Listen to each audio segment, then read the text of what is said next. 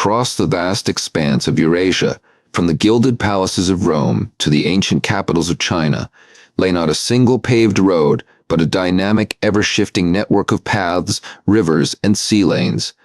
This intricate web, woven over millennia, became known to history as the Silk Road, a name that evokes images of exotic goods, intrepid travelers, and bustling caravansary. Yet the true story of this connection is far richer, encompassing more than just the movement of precious cargo. It was a conduit for exchange on a scale previously unimaginable, profoundly altering the course of human civilization. At its heart lay the legendary commodity, silk, shimmering, light, and incredibly strong. Its creation was a closely guarded secret in China for centuries. Produced by the humble silkworm, transformed through meticulous craft, this textile became a symbol of status, wealth, and power across continents. The demand for this single thread of luxury became the initial spark, drawing merchants, adventurers, and emissaries across forbidding landscapes, willing to brave deserts, mountains, and treacherous passes for the chance to acquire or trade it. The routes that formed were not static. They adapted to political shifts, environmental challenges, and the rise and fall of empires, stretching from the Mediterranean world through Central Asia to the East. But the impact of the Silk Road extended far beyond economic transaction. As caravans plodded along these ancient pathways, they carried not only bolts of silk and spices, but also the intangible treasures of human thought and belief. Major world religions, the asceticism of Buddhism, spreading from India eastward, the monotheistic fervor of Christianity carried west and east, the ancient dualism of Zoroastrianism finding new adherents, and later, the burgeoning faith of Islam, expanding its reach, traveled along these very routes. Monks, missionaries, and pilgrims journeyed thousands of miles, sharing scriptures, debating theology, and building monasteries and mosques that became vibrant centers of learning and rest for travelers.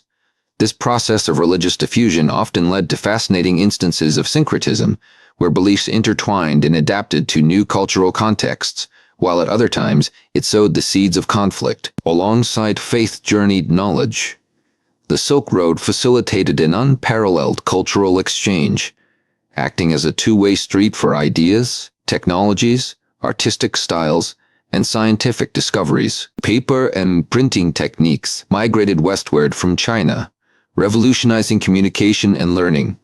Astronomical knowledge, mathematical concepts like the zero, and medical practices flowed in both directions, enriching societies from Samarkand to Antioch. Artistic motifs blended and transformed, evident in the fusion of Greek, Persian, Indian, and Chinese styles found in artifacts unearthed along the routes. Philosophies and artistic sensibilities, once confined to their regions of origin, found new audiences and inspired fresh creations. Yet, this unprecedented connectivity also had a darker side. The very pathways that facilitated the exchange of goods and ideas also served as highways for pathogens. As people, animals, and goods moved across vast distances, so too did diseases, often encountering populations with little or no immunity. This unwitting biological transmission contributed significantly to the spread of devastating epidemics. Throughout history, most notoriously the Black Death in the mid-14th century, which ravaged populations across Eurasia, irrevocably altering social and economics. Thus, the Silk Road was far more than just a trade route. It was a complex system of interdependencies, a pulsing artery connecting disparate worlds. It was a stage where commerce fueled cultural transformation, where spiritual journeys intertwined with secular ambitions, and where the very fabric of life, including the invisible threads of disease, was intricately woven into a shared tapestry across continents and across millennia. Exploring its history is to understand the foundational exchanges that shaped the modern globalized world. This intricate system of interdependencies, stretching across continents and millennia, did not spring into existence fully formed. Its genesis lies not merely in a desire for wealth, but in the unique allure of a single remarkable substance, silk. From the mulberry groves of ancient China emerged a fiber of unparalleled beauty, lightness, and strength. For centuries, the secret of its creation was guarded with fierce intensity by the Chinese emperors, who understood its strategic and economic power. Sericulture, The art of raising silkworms and harvesting their delicate cocoons was a closely held mystery, the exclusive domain of the East. As early as the first millennium BC, fragments of this wondrous fabric began to find their way westward, carried perhaps by nomadic tribes or daring individual traders traversing hazardous mountain passes and unforgiving deserts. When these shimmering lengths of cloth reached the markets of Central Asia, Persia, and eventually the Mediterranean world, they ignited a fervent demand. In civilizations like the Roman Empire, silk was considered a luxury beyond compare, a symbol of status and wealth coveted by emperors and patricians alike. Its scarcity and exotic origin only amplified its mystique and value. This insatiable desire for silk, coupled with China's own interest in goods from the West, such as horses for its cavalry, precious metals, and exotic materials, provided the initial economic impetus.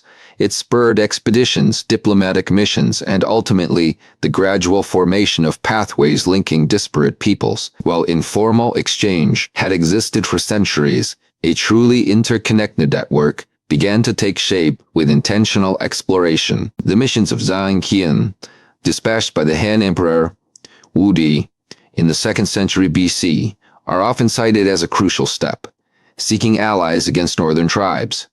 Zhang Qian's journeys ventured deep into Central Asia, unveiling kingdoms and cultures previously unknown to the Chinese court, and, crucially, identifying sources of prized goods like the heavenly horses of Fergana. His reports opened Chinese eyes to the potential of regular contact and trade with the distant West. Simultaneously, demand for Chinese silk was growing more desperate in places like Rome, driving middlemen and merchants from various cultures to bridge the gaps. The routes were not a single road, but a complex web of overland paths winding through mountain ranges and vast deserts, and maritime lanes navigating treacherous seas. It was a process of gradual accretion built upon existing local exchanges that slowly linked together into transcontinental pathways, initially driven, more than anything else, by the irresistible pull of that luminous fiber from the east. The quest for silk was the original thread that began weaving the global tapestry. This tapestry, however, required more than just the desire for its threads. It demanded routes carved not by single decree, but by the slow, arduous process of repeated journeys across immense and often hostile landscapes.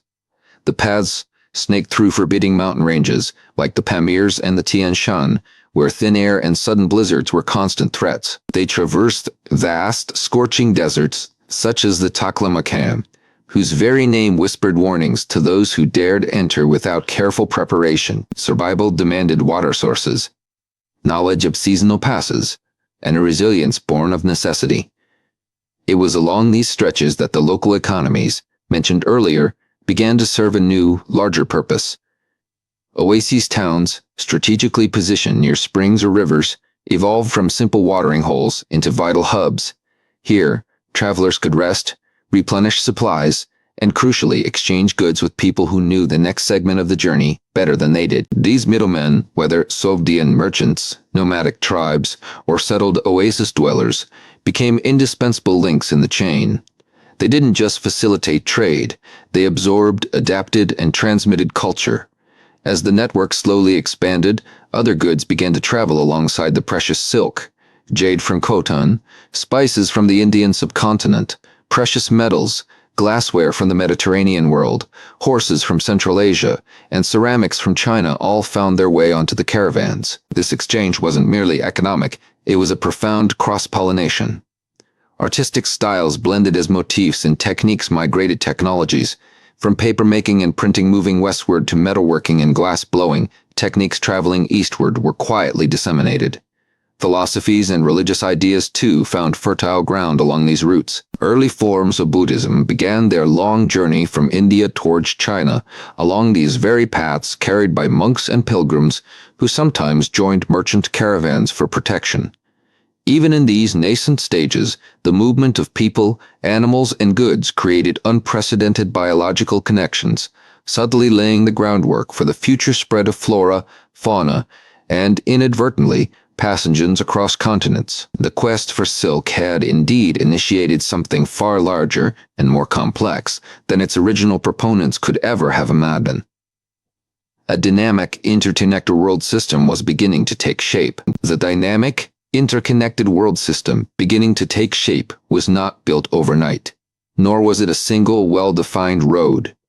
Rather, it was a sprawling, often treacherous network of paths and trails shaped by geography and convenience, connecting disparate settlements across thousands of miles. Travel along these routes was an immense undertaking. Merchant caravans, the lifeblood of the early network, consisted of dozens, sometimes hundreds of camels laden with goods, guided by experienced handlers who navigated by the stars and the scarce water sources. The journey was arduous, fraught with peril from bandits, unforgiving climates, scorching deserts, and freezing mountain paths, and the ever-present threat of starvation or dehydration. Yet, driven by the immense profits to be gleaned from silk and other exotic commodities like spices, precious stones, and furs, these caravans pressed onward. Alongside the merchants traveled others with very different cargo, ideas, and beliefs. As mentioned, Buddhism, originating in India, found willing adherents along these routes, monks and pilgrims, often joining caravans for protection and sustenance, carried scriptures, relics, and doctrines, establishing monasteries, and proselytizing in the oasis towns that served as vital staging posts along the journey. These towns became melting pots, places where languages, customs, and religious practices mingled, sometimes clashing, often blending. Syncretism was a natural outcome of this constant interaction, as local deities and rituals were sometimes incorporated into the expanding Buddhist cosmology, or Buddhist concepts found expression in local artistic styles. Beyond religious texts and trade goods, practical knowledge flowed as well. Techniques for irrigation suited to arid lands, metallurgical skills, agricultural methods, and even simple folk remedies were exchanged between travelers and the communities they encountered. Artistic motifs from Persia might appear on ceramics in China, while Chinese paper-making technology would eventually make its way westward. This early cultural exchange, though perhaps less dramatic than the movement of armies or the spread of empires, laid the groundwork for a shared pool of knowledge and aesthetics that would profoundly influence civilizations across Eurasia. And moving silently alongside the caravans, within the bodies of the travelers, their livestock, and the goods they carried, were the unseen passengers, pathogens. The increased movement of people and animals across previously isolated populations created new pathways for diseases to travel. While not yet the devastating pandemics of later centuries, these early interactions subtly altered the biological landscape, slowly forging the links that would one day allow illnesses originating in one corner of the continent to sweep rapidly across vast distances. The quest for distant riches and spiritual enlightenment was perhaps unknowingly weaving a complex web of biological interconnectedness, one that carried both the promise of progress and the seeds of future catastrophe. This nascent connectivity was fundamentally reshaping the world, linking villages to empires and individual fates to continental forces. The burgeoning network, initially driven by the allure of distant goods like prized silk and fragrant spices, became far more than mere trade routes. Alongside the subtle, unseen currents of pathogens, the arteries of connection began to pulse with a vibrant, crude flow of culture itself. Ideas, philosophies, artistic styles, and technological innovations embarked on journeys across continents, often traveling further and influencing more deeply than the commodities they shadowed. Merchants, monks, pilgrims, and soldiers weren't just carriers of physical items. They were living conduits of human knowledge and creativity. They shared stories around desert campfires, debated theological points in bustling caravanserai, and exchanged techniques for crafting goods in diverse workshops. Buddhism, already a dynamic faith in South Asia, found new life and myriad interpretations as it spread eastward along the routes, reaching China, Korea, and Japan, blending with local traditions and philosophies. Zoroastrianism, originating in Persia, established communities and left traces of its dualistic thought across Central Asia. Christianity, in its various early forms, also navigated these paths, establishing bishoprics and communities in places like Samarkand and Kashgar, far from its Mediterranean heartland. Even Islam in later centuries would sweep across vast stretches of the network, becoming a dominant force and further integrating the cultural landscape from the Maghreb to Southeast Asia. This wasn't a simple transfer, but a complex process of adaptation and syncretism. Artistic motifs mirrored Greek influences appearing in Buddhist sculptures in Gandhara, Central Asian designs finding their way into Chinese textiles, Persian miniatures showing borrowings from East Asian painting. Technologies, too, moved across these pathways. The secrets of papermaking, a Chinese invention, slowly filtered westward, eventually reaching the Arab world and then Europe. Conversely, knowledge of glassmaking and metalworking techniques from the West and Central Asia traveled toward the East. The very fabric of societies changed as they absorbed these foreign influences. Cities along the routes became cosmopolitan hubs, places where multiple languages were spoken, diverse faiths were practiced side by side, and novel ideas were constantly being encountered and discussed. The intense focus on the movement of silk and other luxury goods provided the economic engine for this exchange, financing the travel and infrastructure that made such deep cultural intermingling possible. The desire for the exotic, the unique, the valuable, inadvertently fueled an unparalleled era of cross-cultural fertilization, weaving a complex and enduring tapestry of shared human experience across the old world. This growing interconnectedness, while fostering immense creativity and understanding, simultaneously heightened the shared vulnerability to disruptions, whether economic, political, or, as the subtle exchanges of the previous era had hinted, biological. Yet this vast web of roots, humming with the movement of precious goods, profound ideas, and diverse peoples, carried more than just the visible treasures of the known world.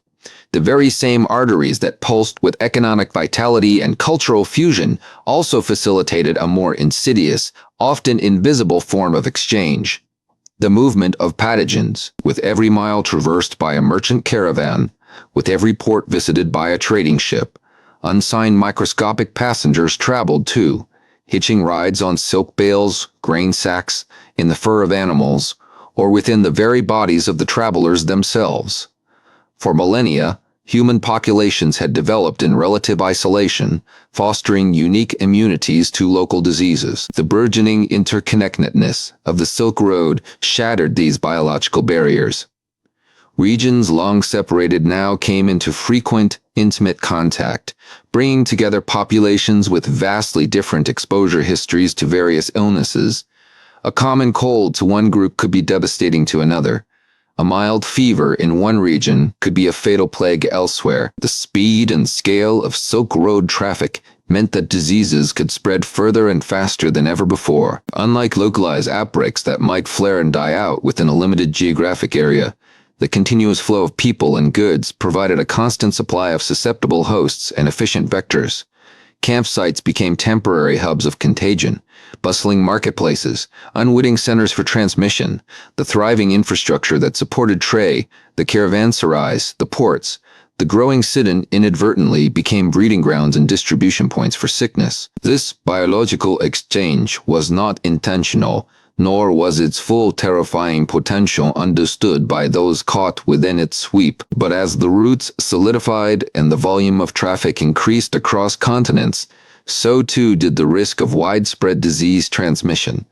The same routes that enriched empires and broadened intellectual horizons simultaneously laid the groundwork for catastrophic pandemics that would, in time, dramatically reshape societies, alter the balance of power, and tragically underscore the profound and often perilous interconnectedness forged by the threads of exchange. The Silk Road, in its magnificent complexity, was a bridge not only for prosperity and knowledge, but also, inevitably, for pestilence. Inevitably, the fears surrounding pestilence traveling the Silk Road proved tragically true. As caravans crisscrossed continents, connecting disparate populations separated for millennia, they did not merely transport silks, spices, and ideas. They also carried the invisible, relentless cargo of microbes. These tiny, potent agents, indifferent to cultural boundaries or imperial decrees, traveled silently alongside merchants and pilgrims, soldiers and slaves. The same routes that fostered unprecedented prosperity and understanding became conduits for devastating epidemics. Diseases, such as smallpox, measles, and various forms of plague, had existed in localized pockets for centuries. But the Silk Road provided them with a superhighway pathogens, having evolved in human and animal populations within one geographical area, suddenly gained access to vast pools of immunologically naive individuals in distant lands. A merchant, falling ill in a caravanserai, could unknowingly spread a contagion that would then travel with the next group moving down the line, leapfrogging across thousands of miles over months or years. Animals integral to the trade, camels, horses, even rats, that hitched rides on wagons or in carzo, also served as vectors or reservoirs for disease, further complicating transmission patterns. The consequences were profound and often catastrophic. Historical records, though often imprecise in their medical descriptions, speak of waves of illness sweeping through urban centers and rural communities along the routes. Empire reliant on dense populations for labor and military strength found themselves suddenly weakened.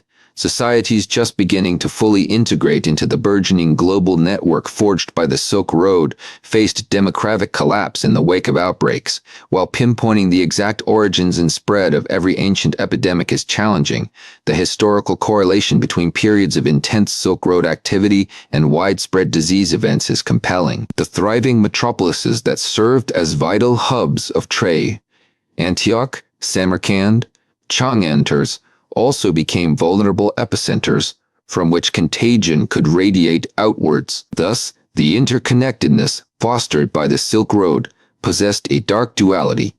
The vibrant exchange of culture, the dazzling array of goods, the diffusion of ground-turning technologies all existed alongside this ever-present biological risk. The story of the Silk Road is not just one of human ingenuity and cross-cultural harmony. It is also a story of shared vulnerability, where the threads of exchange were inextricably intertwined with the unseen threads of disease, shaping human history in ways both celebrated and devastating. The intricate web of routes that formed the Silk Road, while a conduit for unprecedented cultural and economic exchange, simultaneously created pathways for a more sinister form of transmission.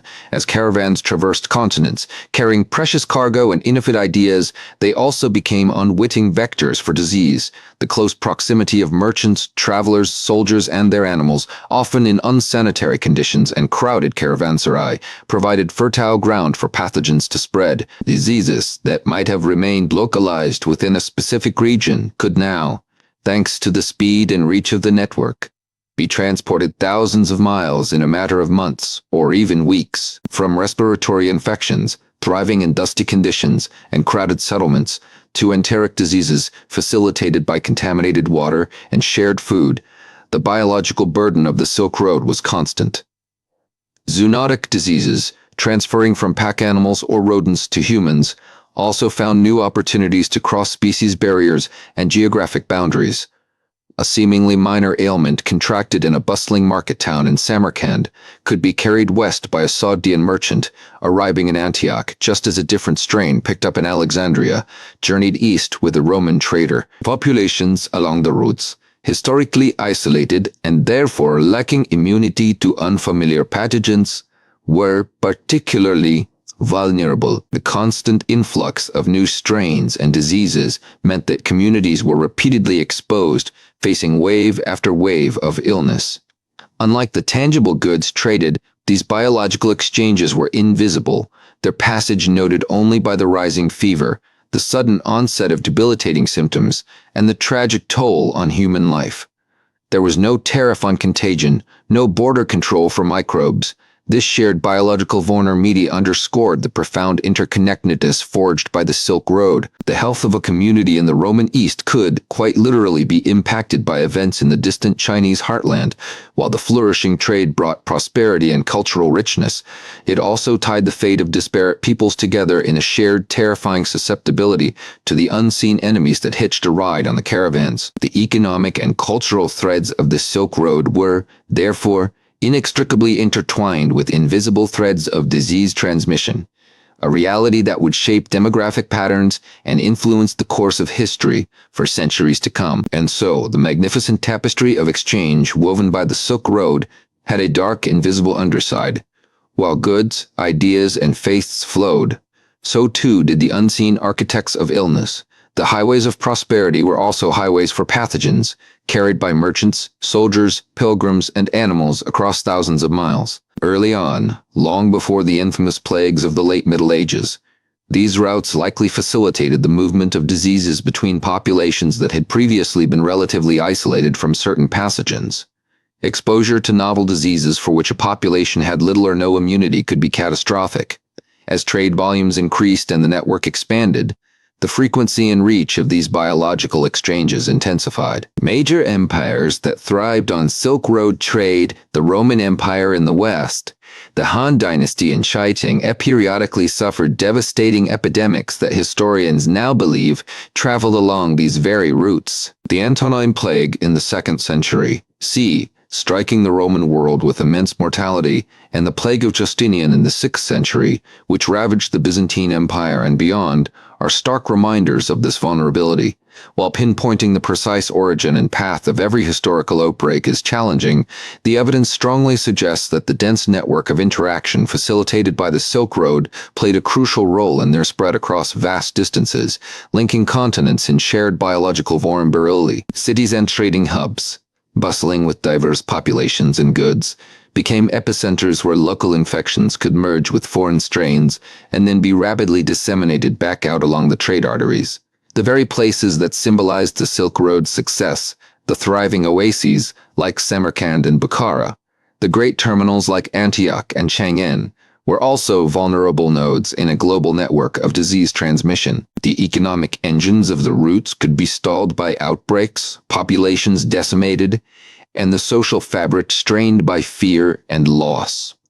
The constant movement of people and goods, the lifeblood of the Silk Road's economic and cultural vitality, became the unwitting vector for forces that could cripple or collapse societies. The flourishing exchange had brought the world closer, yes, but in doing so, it had also bound disparate peoples together in a terrifyingly intimate biological destiny. This terrifyingly intimate biological destiny meant that the pathways of commerce, the arteries pumping wealth and culture across Eurasia, were also channels for pathogens. Before the cataclysmic arrival of the Black Death in the mid-14th century, the Silk Road network had already facilitated the movement of other deadly contagions. Smallpox, measles, and various influenzas traveled alongside silk bales and spice sacks, reaching populations with little or no natural immunity. The bubonic plague itself, driven by the movements of people and their commensal rodents and fleas, struck the Roman Empire in the 6th century, the so-called Plague of Justinian, devastating its urban centers and crippling its ability to project power. These earlier outbreaks, though often less famously recorded across the entire network than the later Black Death, served as grim precursors, demonstrating the inherent vulnerability baked into global connectivity. The same caravans carrying Buddhist scriptures to China, Christian missionaries to Central Asia, or Islamic scholars to the East could unknowingly harbor the invisible agents of death. Soldiers marching on campaigns, pilgrims journeying to holy sites, ambassadors exchanging pleasantries in foreign courts became potential vectors. The bustling emporiums, where merchants haggled over prices and shared meals, were also petri dishes where local diseases could pick up rides to distant lands, and foreign ones could infect local populations. The impact extended far beyond individual suffering. A city struck by plague saw its markets empty, its workshops close, and its populations shrink.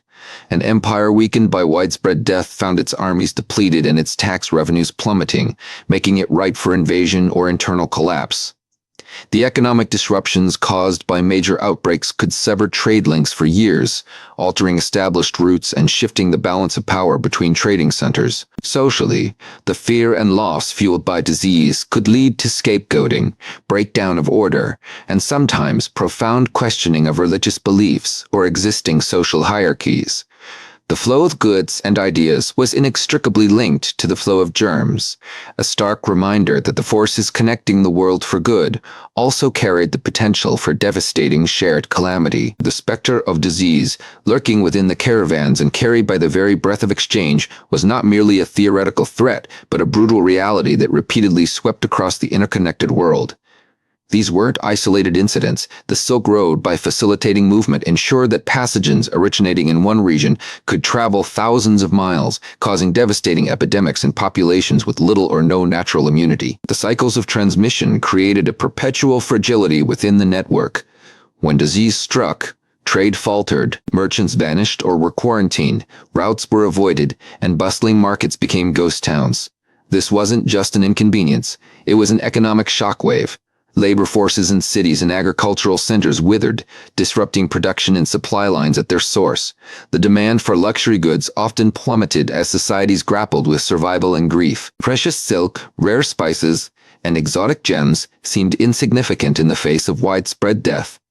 The resulting economic contraction could bankrupt merchants, destabilize local economies, and weaken the very empires that had grown rich on Silk Road trade.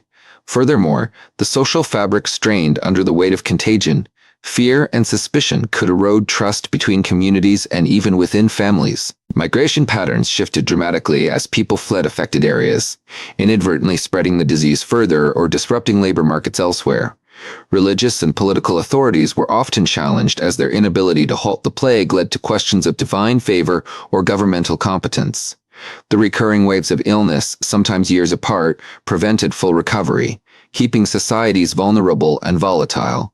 These biological interconnects underscore a crucial, often overlooked aspect of the Silk Road's legacy. While it was a conduit for unparalleled prosperity and cultural flourishing, it also served as history's most effective superhighway for disease, fundamentally altering demographic landscapes, influencing gelding power shifts, and periodically plunging vast regions into chaos.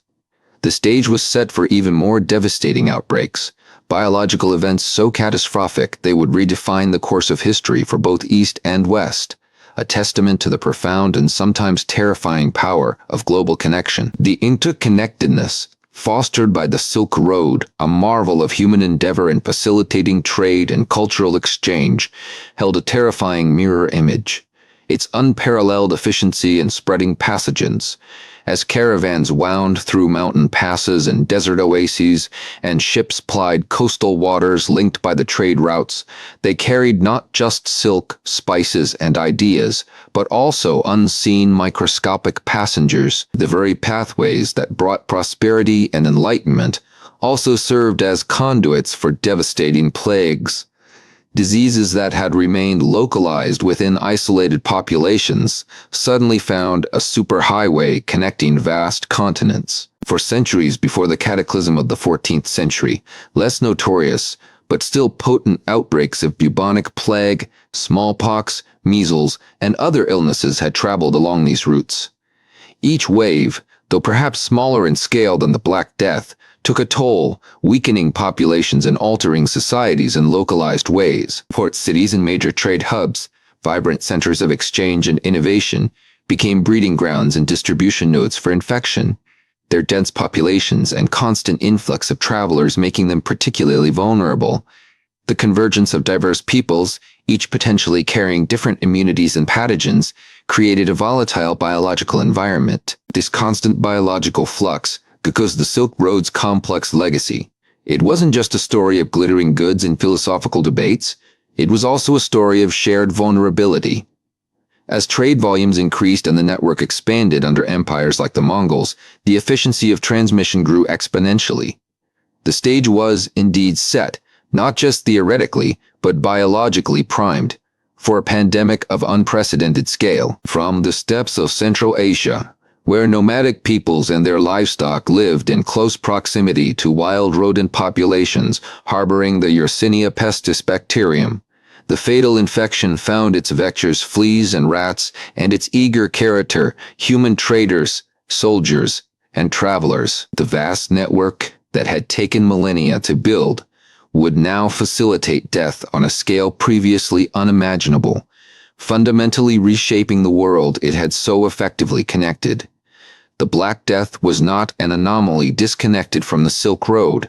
It was, in many ways, its darkest, most devastating consequence, a grim testament to the ultimate power and peril of globalized interaction. The green tendrils of the plague, specifically the dreaded Yersinia pestis, found fertile ground and rapid transit within the interconnected web of the Silk Road. The very routes that had carried precious silk, spices, and revolutionary ideas from east to west now facilitated the most devastating biological exchange in human history. From the steppes of Central Asia, where the bacterium likely circulated among rodent populations, traders and caravans became unwitting carriers. Fleas infected after feeding on plague-ridden rats, hitched rides in bundles of cloth, sacks of grain, and the very wagons that symbolized prosperity. The journey was swift and merciless. Moving westward along the northern routes, the disease struck trading cities like Almaty and Astrakhan. Ships in the Caspian Sea carried it further to the south.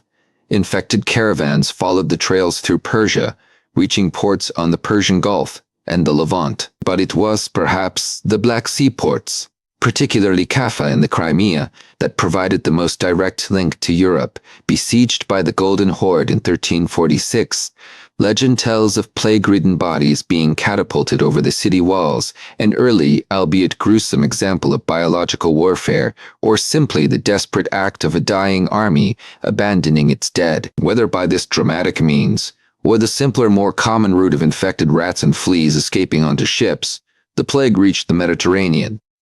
From the bustling ports of Kaffa, or Genoa, the contagion spread with astonishing speed across southern Europe in 1347, then swept northwards through France, Spain, Germany, and eventually to England and Scandinavia by 1349 to 1350. Meanwhile, the same pestilence, traveling along other arms of the vast network, decimated populations in India, the Middle East, and North Africa.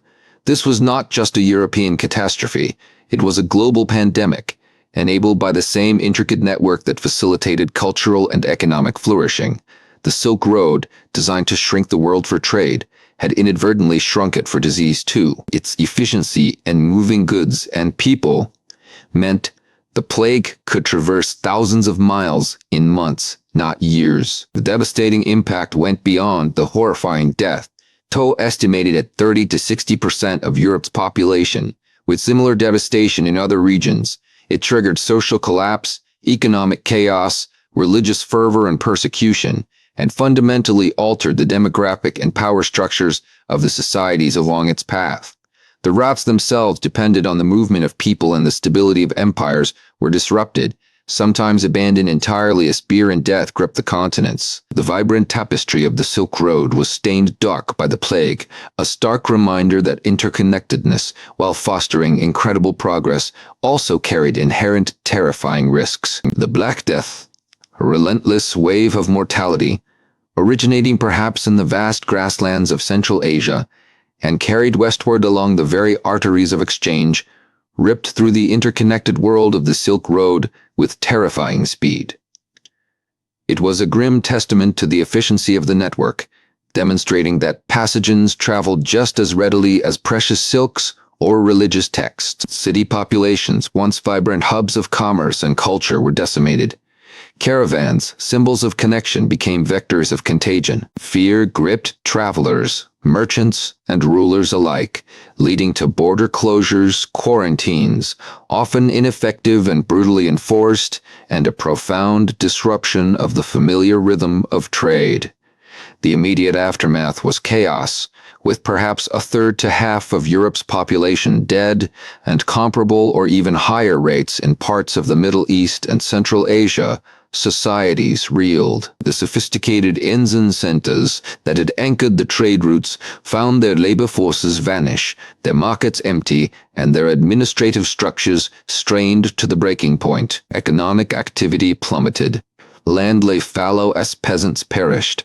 The scarcity of labor, however, paradoxically gave survivors leverage, initiating slow, fundamental shifts in social hierarchies and economic relationships in some regions, particularly in Europe. Culturally and psychologically, the impact was immense. Facing an invisible, swift, and often inexplicable killer, communities sought answers.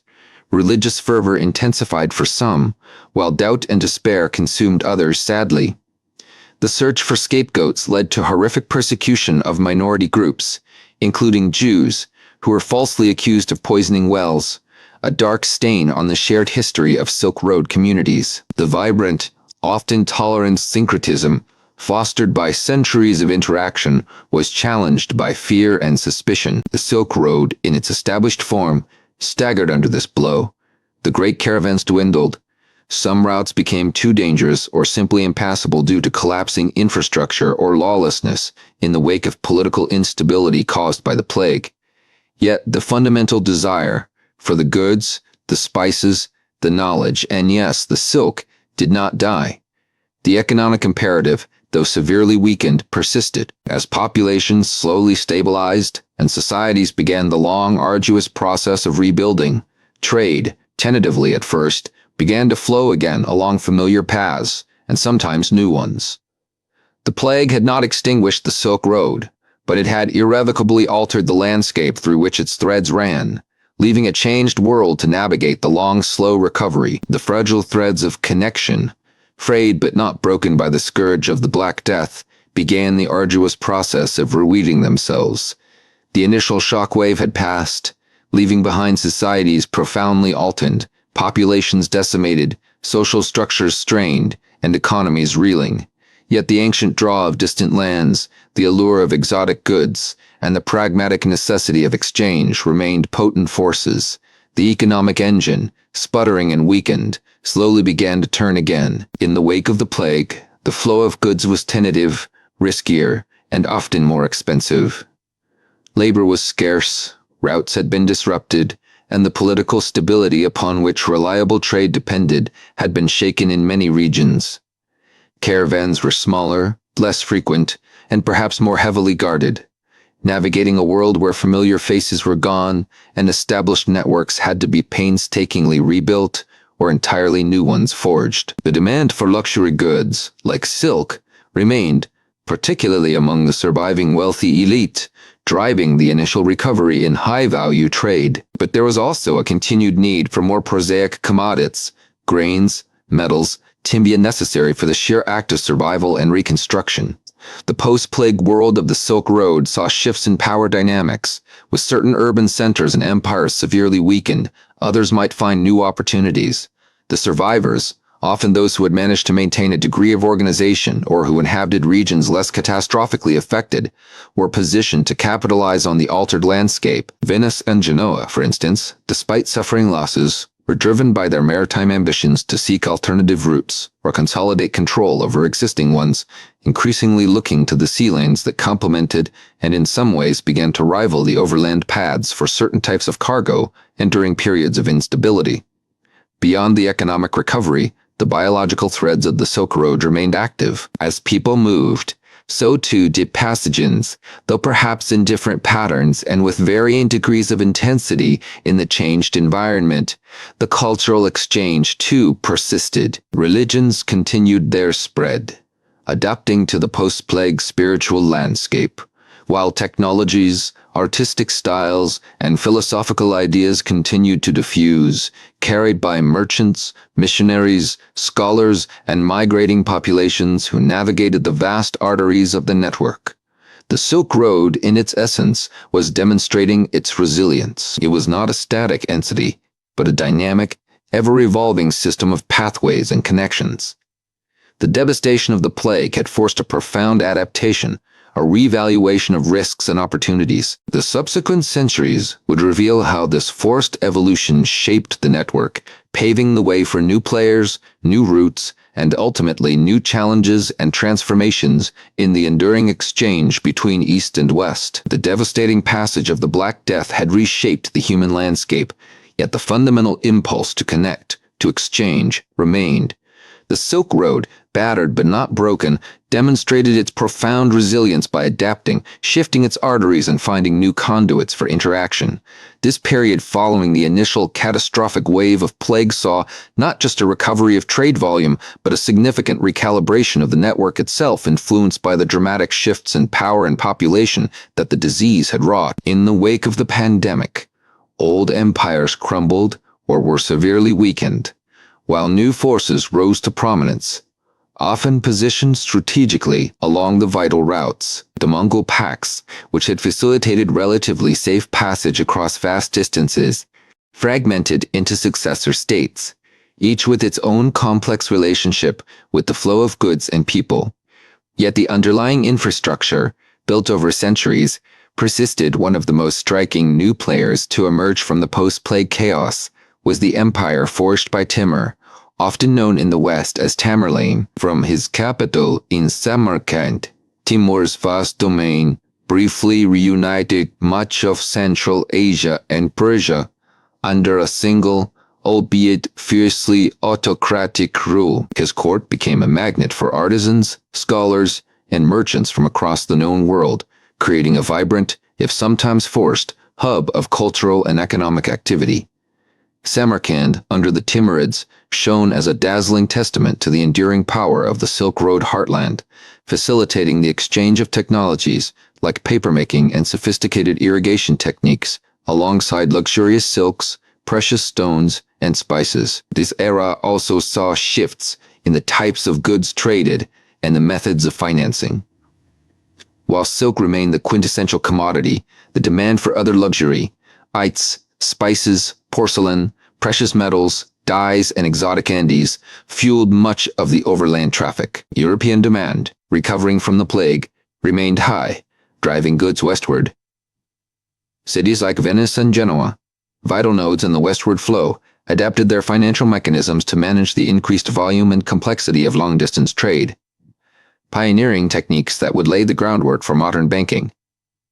Religious and cultural exchange also continued its complex journey. Islam had solidified its position across vast swaths of the network, from North Africa to Central Asia, and into India and Southeast Asia. Buddhism continued its influence, particularly in East Asia and parts of Central Asia.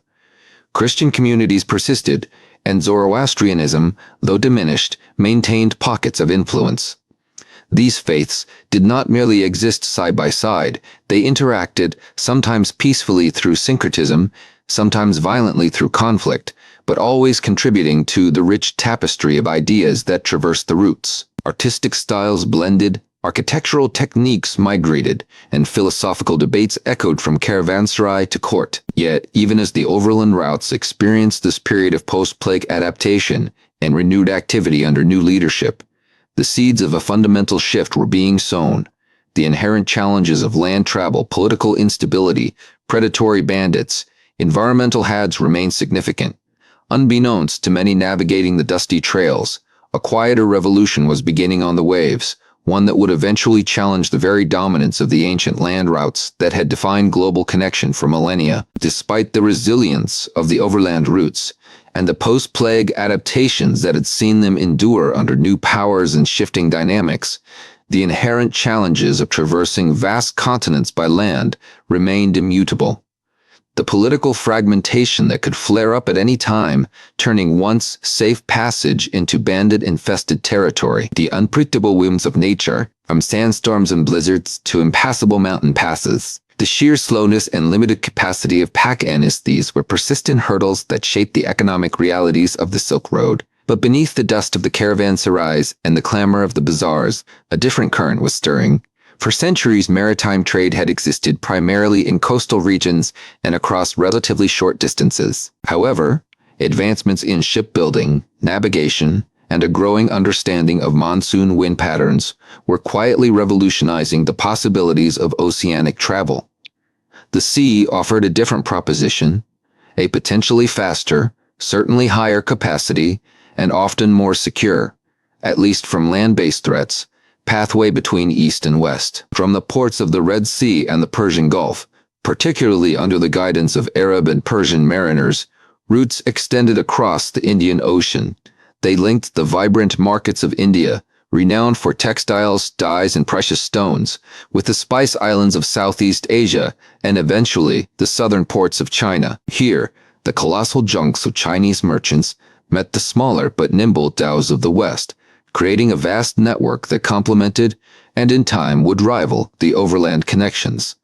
This maritime network, often referred to today as the Maritime Silk Road or the Spice Routes, fundamentally altered the nature of intercontinental trade. While luxury goods like silk and fine porcelain still traveled, The economics of sea travel allowed for the transport of bulkier, heavier commodities. Spival, cloves, nutmeg, mace, cinnamon, black pay became king, driving incredible profits and reshaping global palates. But also traded were cotton textiles, timber, ivory, metals, and grain, moving in volumes impossible on land.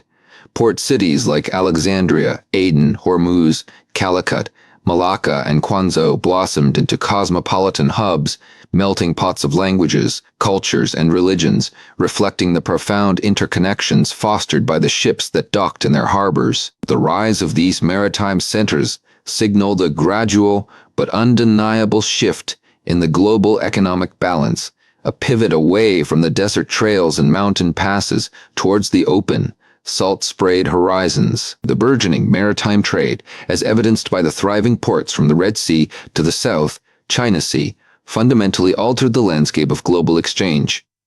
While the ancient caravan trails winding through deserts and over mountains continued to see traffic, their dominance was increasingly challenged by the ease, speed, and volume possible aboard ships. Silk, the commodity that gave the land routes their legendary name, still flowed from the east. But now vast quantities also sailed westward, packed into the holds of dhows, junks, and cogs. This wasn't a simple replacement, but an expansion, a broadening of the network's reach and intensity. The port cities became crucibles of convergence, perhaps even more dynamic than the caravanserai of the land routes. In places like Hormuz, perched strategically on the Persian Gulf, or the bustling markets of Malacca in Southeast Asia, languages from across Afro-Eurasia mingled. Merchants from Venice bartered with traders from Guangzhou, while pilgrims en route to Mecca might find themselves sharing a key with Buddhist monks traveling towards Sri Lanka. This constant influx and outflow of people fostered an unprecedented level of religious diffusion and cultural exchange. Mosques rose beside Hindu temples. Christian churches stood near synagogues, reflecting the diverse spiritual landscapes brought together by the sea. Artistic styles fused, technologies were shared, navigational instruments improved by interaction between Arab, Indian, and Chinese sailors, textile techniques exchanged, culinary traditions blended in waterfront eateries. Yet, this vibrant, interconnected web, woven across the oceans, carried more than just wealth, faith, and knowledge. It also carried something far more insidious: disease. The very efficiency that allowed goods and ideas to traverse continents at speeds unimaginable in earlier eras also provided pathogens with superhighways. Infected sailors, merchants, and even rats hitchhiking on ships became unwitting vectors. A disease originating in one port could, within weeks or months, arrive in another thousands of miles away. The increased volume of trade and the closer contact within crowded port environments amplified the potential for disease transmission, laying the groundwork for devastating pandemics that would sweep across the known world, a grim testament to the profound and sometimes terrible consequences of intensified global connection. And this dark potential, inherent in the very threads of exchange that bound continents, was tragically realized. The increased volume of goods, the speedier movement of people, the denser populations clustered in burgeoning trade hubs, all created fertile ground for something far more destructive than any army. While pathogens had always traveled along human pathways, the integrated network of the Silk Road and its associated maritime routes preponderate superhighways for contagion. It was in the mid-negative 1/4 century that the most infamous of these devastating consequences manifested. The Black Death, originating, it is believed, in Central Asia, perhaps among marmots or other wild rodents. This terrifying bubonic plague was carried westward along the trade routes.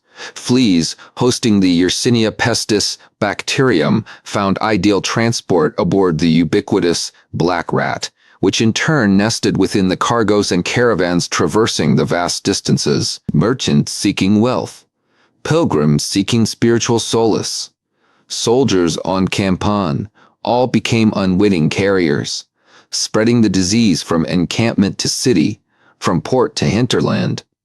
The relentless march of the plague illustrated, in the most brutal terms, the interconnectedness that the Silk Road had forged. It moved through Persia, the Middle East, across the steppes into Anatolia, and swept into Europe via Italian merchant ships docking in Mediterranean ports like Messina and Genoa.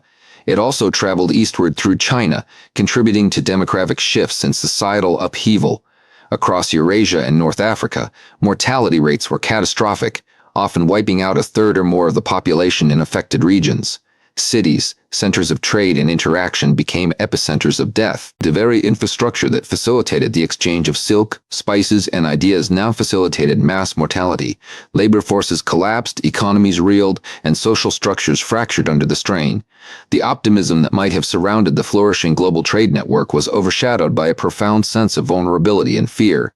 The Black Death served as a grim, undeniable testament to the fact that the flow of goods and cultures across vast distances carried inherent risks, a dark side to globalization that would continue to challenge human societies for centuries to come. The Silk Road, therefore, stands not only as a monument to human ingenuity and exchange, but also as a stark reminder of the biological price paid for unprecedented global connection. The devastating wave of the Black Death, a grim harvest reaped from the very connectivity the Silk Road had forged, left communities shattered and the intricate web of trade severely frayed. Across Eurasia, cities and towns that had thrived on the movement of goods and people were decimated. Population levels plummeted, sometimes by half or more, wiping out both the skilled artisans who produced goods like silk and the wealthy consumers who drove demand for them. The sheer scale of mortality brought economic activity to a grinding halt in many regions. Caravans, once symbols of vibrant commerce, became objects of fear, carriers of unseen contagion rather than coveted goods. Merchants, if they survived, faced ruin as markets collapsed and labor vanished. Beyond the immediate demographic and economic shock, the plague instilled a deep psychological scar.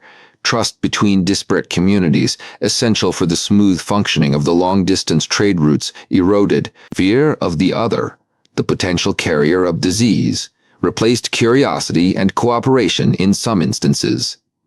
Quarantines, often brutal and ineffective, became common, further disrupting the flow of people, goods, and ideas.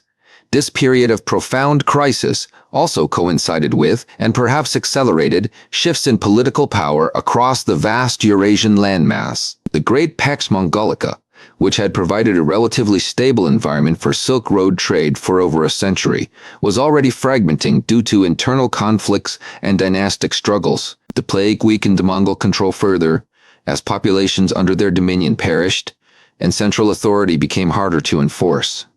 This left key sections of the routes vulnerable to bandits and local warlords, increasing the risks and costs of overland travel and trade.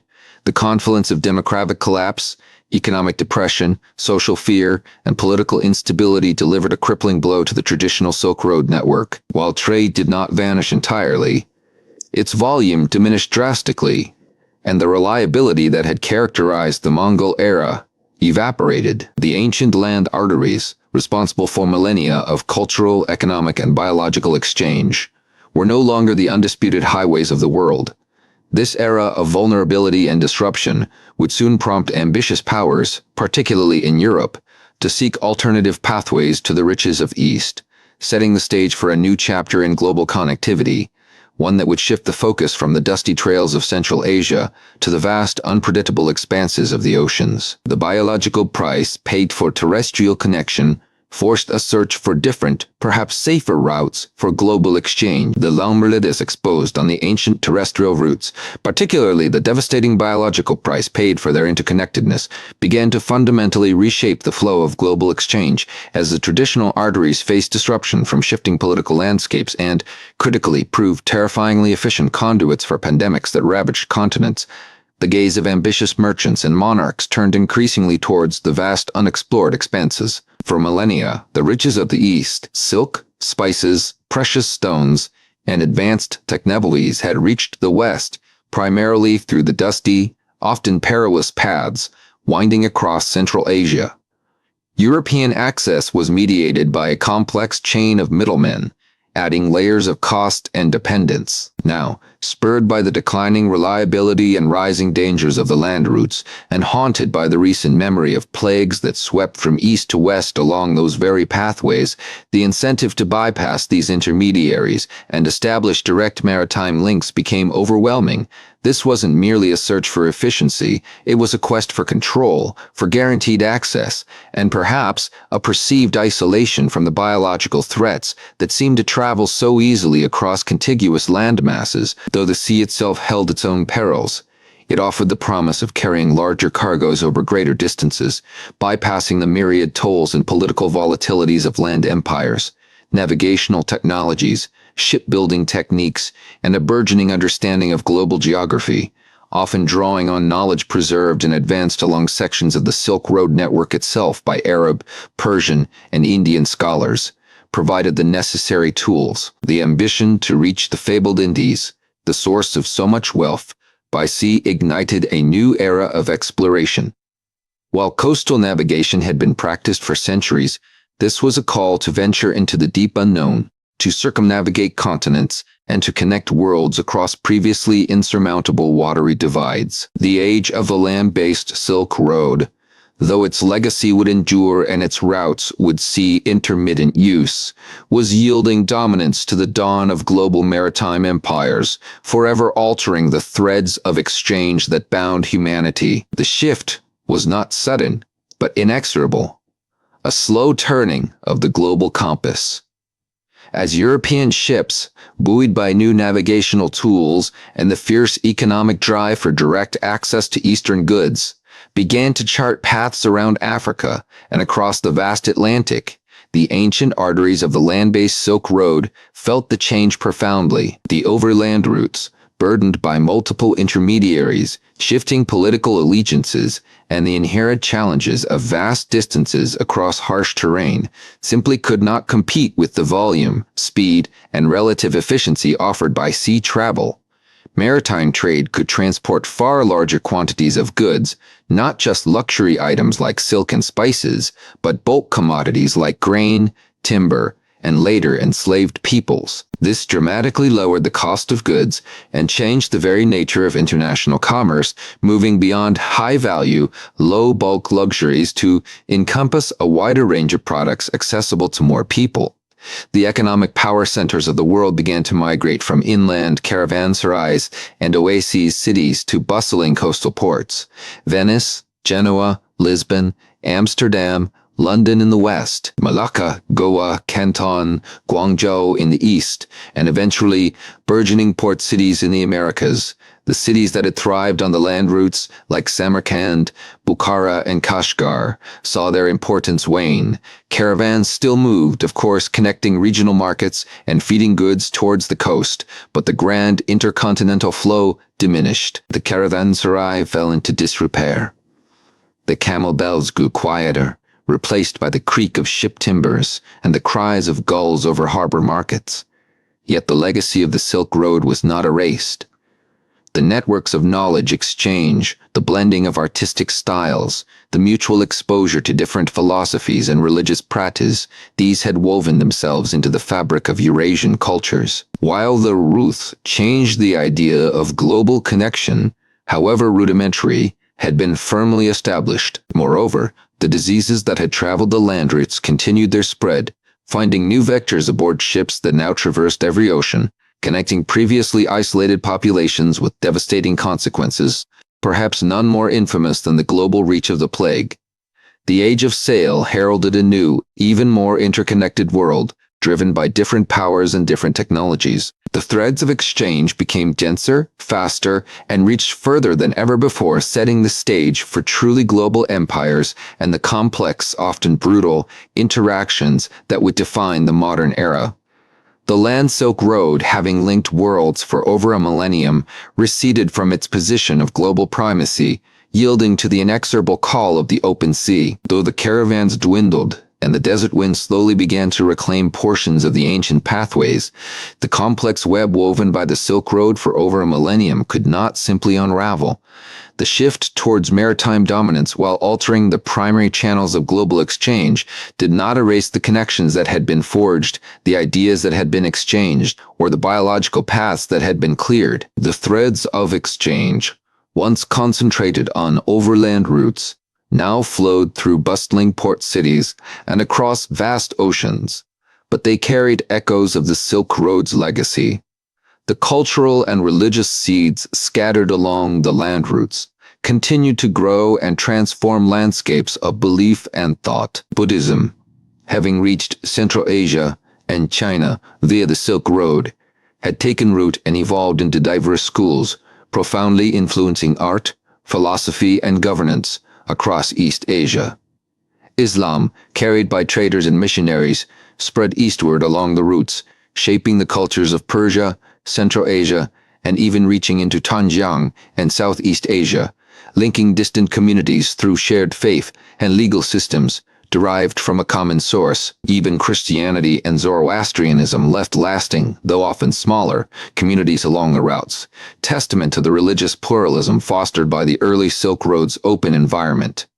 Beyond faith, the technological and intellectual exchanges persisted. Innovations like papermaking, printing, gunpowder, and navigational tools, which had first trickled from east to west, or vice versa, along the Silk Road, continued their diffusion, playing critical roles in the military revolutions, scientific advancements, and the spread of knowledge that defined the early modern world. The demand for exotic goods, the silks, spices, porcelains, and gems that had fueled the Silk Road's initial expanse, continued to drive global commerce, motivating explorers and merchants to seek new routes, ultimately leading to the Age of Discovery and the circumnavigation of the globe, and the biological connections so tragically highlighted by events like the Black Death remained a constant and dangerous legacy. As trade routes became denser and faster, traversing oceans as well as continents, the potential for rapid disease transmission only increased. The interconnected world forged by the Silk Road era meant that future pandemics,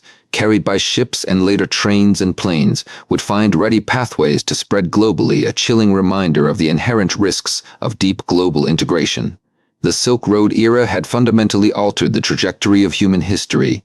It had demonstrated, perhaps for the first time on a truly massive scale, the profound interdependence of distant civilizations. It had laid the groundwork for a world where ideas, goods, and people moved with increasing freedom and speed, creating a complex, interconnected global system. The land routes might have faded from their position of global preeminence, but the principle they established that the world was a network, not a collection of isolated eyes, was now the defining reality of human existence, setting the stage for the challenges and opportunities of the centuries to come. The principle then was established, though the famed land routes would wax and wane, challenged and eventually eclipsed by the burgeoning sea lanes that could carry cargo in volumes unimaginable to a caravan. The idea of a fundamentally interconnected world, initiated and solidified by the Silk Road, was indelible.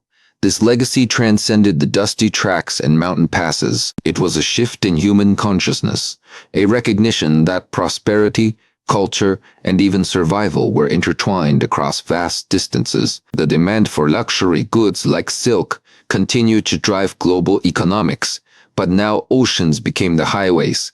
Yet the pattern of exchange seeking distant wonders, transporting value across borders, navigating the complex interplay of supply and demand on a global scale, was a template owned by centuries on the Silk Road. The flow of ideas, too, accelerated beyond the pace of a camel train. The foundations laid by the Silk Road in facilitating the diffusion of religions like Buddhism and Islam, and enabling the exchange of philosophies, sciences, and technologies, created a fertile ground for future, even faster dissemination. Printing presses, navigation techniques, agricultural innovators, all built upon a history of borrowing and adapting that the Silk Road had normalized cultural exchange, became not an anomaly, but a continuous process, shaping identities and fostering creativity on a global scale. And the shadow of disease transmission remained a potent reminder of the unavoidable consequences of such deep interconnection. The Black Death was a catastrophic early example. But the vulnerability of a globally linked population to rapidly spreading pathogens, a reality starkly illuminated by the Silk Road, is a challenge that persists into the modern era. In its decline as the primary conduit of East-West trade, the Silk Road did not simply vanish. Its physical pathways may have receded in prominence, but its conceptual framework endured. It provided the blueprint for the global village, demonstrating the power and peril of linking disparate peoples and places. The Silk Road was more than just a network of trade routes. It was the crucible in which the very idea of globalization was forged. Its threads, spun from silk and gold, ideas and beliefs, health and disease, continue to weave the intricate, complex tapestry of the modern world. The lessons learned from those ancient exchanges echo in the challenges and opportunities of our present, a testament to the enduring impact of this extraordinary historical phenomenon